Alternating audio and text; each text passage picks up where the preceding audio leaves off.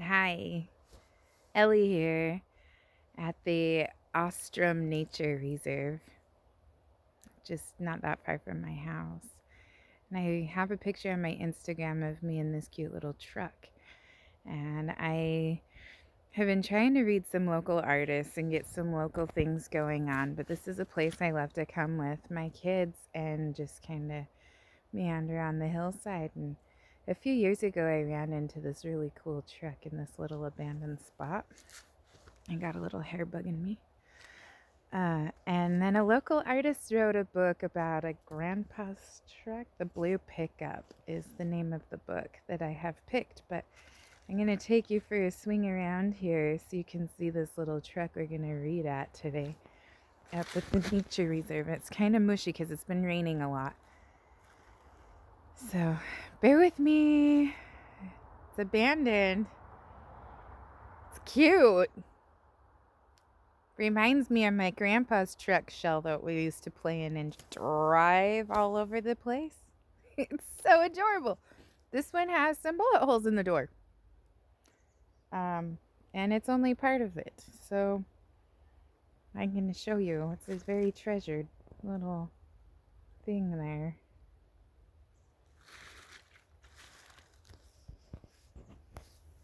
Out here in the wilderness. It gets so pretty up this way. Anyway, we're going to read near this truck. I'm going to lean on it. I'm so excited for this book.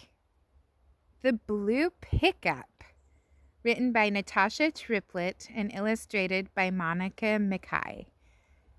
It will be fantastic. I just know. This girl's mom comes into me and she gets her hair cut, and she found out that I've been reading YouTube channel stories of children's books for a while, and she suggested that I read her daughter's book. And they are dear human beings to me, and I picked up the book at the local bookstore, Village Books and Paper Co. The Blue Pickup by Natasha Triplett, illustrated by Mikai. We'll see how well I can hold this in the wilderness. Granddad fixes cars in his garage.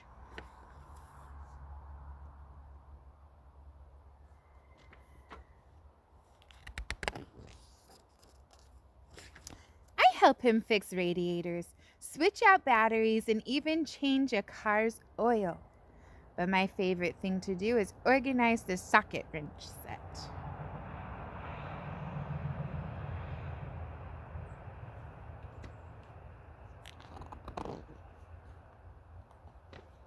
Granddad and I head to his old blue pickup. He hands me a cold ting. The bubbles tickle my lips. Then Granddad tells me stories about his blue pickup. Stories from before the paint was chipped and the seats were worn.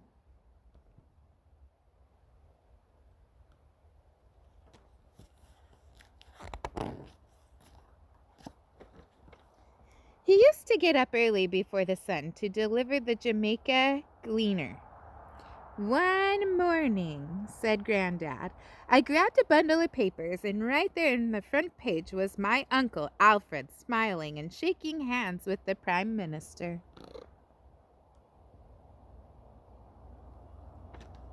One morning. Granddad points to a house across the way. Jew girl, you see those metal gates? Uh-huh. I delivered most of the gates on his mountain years ago. They still look good, don't they? And my favorite stories are about the Jamaican calico cloth he used to deliver to the dressmakers in town. Those ladies would examine every inch of the fabric, making sure they were perfect, said Granddad.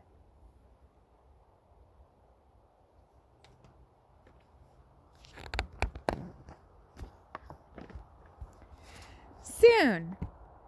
Ting time is over, and we are back in the garage. The compressor groans and hisses. "Jew girl," yells Granddad. "Bring me the oil funnel." "Yes, Granddad."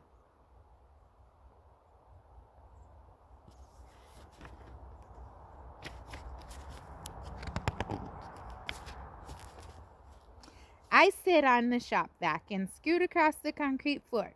"Looks like you need a filter too," I say.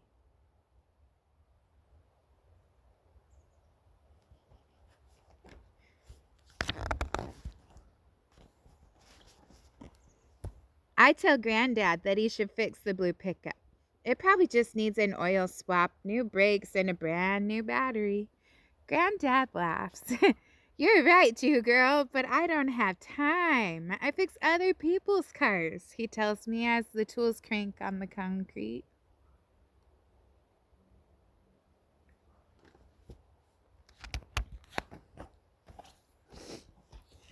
The radio sings to me as I dance around and gather all the dirty rags. I wash them and hang the rags to dry before we close up.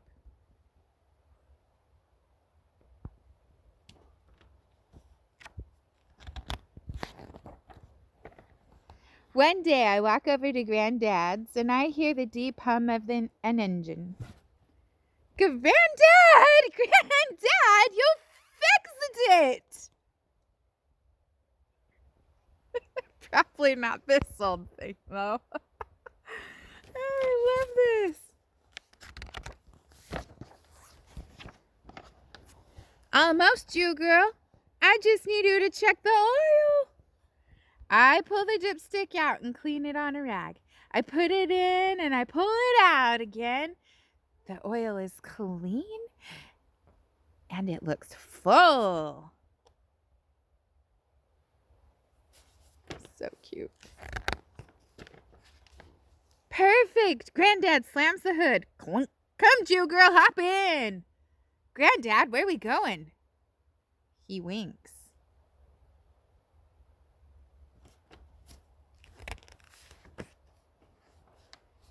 We drive down an old windy road. Palm trees and power poles push past us. The engine purrs. I drove this pickup all over the parish, from the mountains to the sea waters. Granddad smiles. "I fixed it because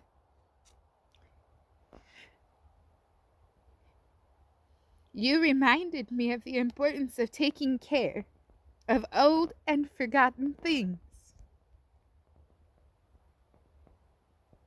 I smiled too.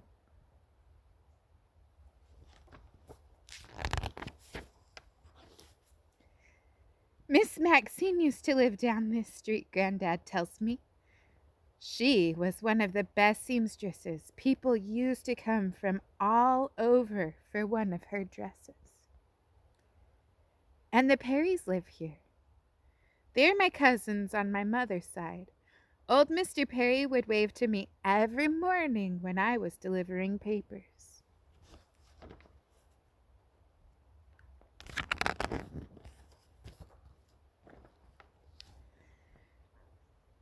We turn down a busy street. Colorful paintings on the walls remind us of our leaders, our struggles, the strength of our voice, and the music that beats inside us.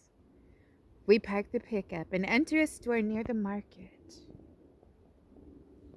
And Granddad greets Mr. Hanson. He hands me a pink box. "This was my first socket set," Mr. Hanson shined up. "It just for you," Granddad says proudly. "Oh, thank you." Granddad hands me a socket. "I love it," I say. It says tea time.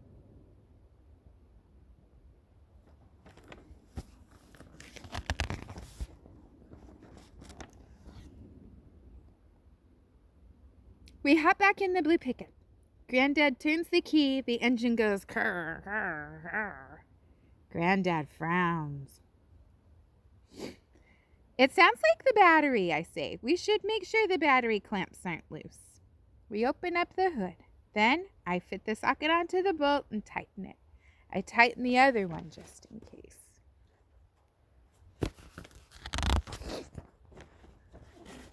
Jew girl, good thinking. Now hop in and turn the key. The blue pickup roars to life. And Granddad laughs. And we clink our bottles of ting. Granddad, do you think one day I can drive the blue pickup? He laughs again. Jew girl, one day you can have the blue pickup.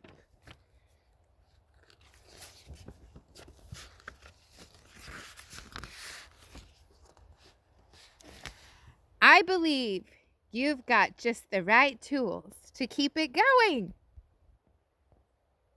I love this.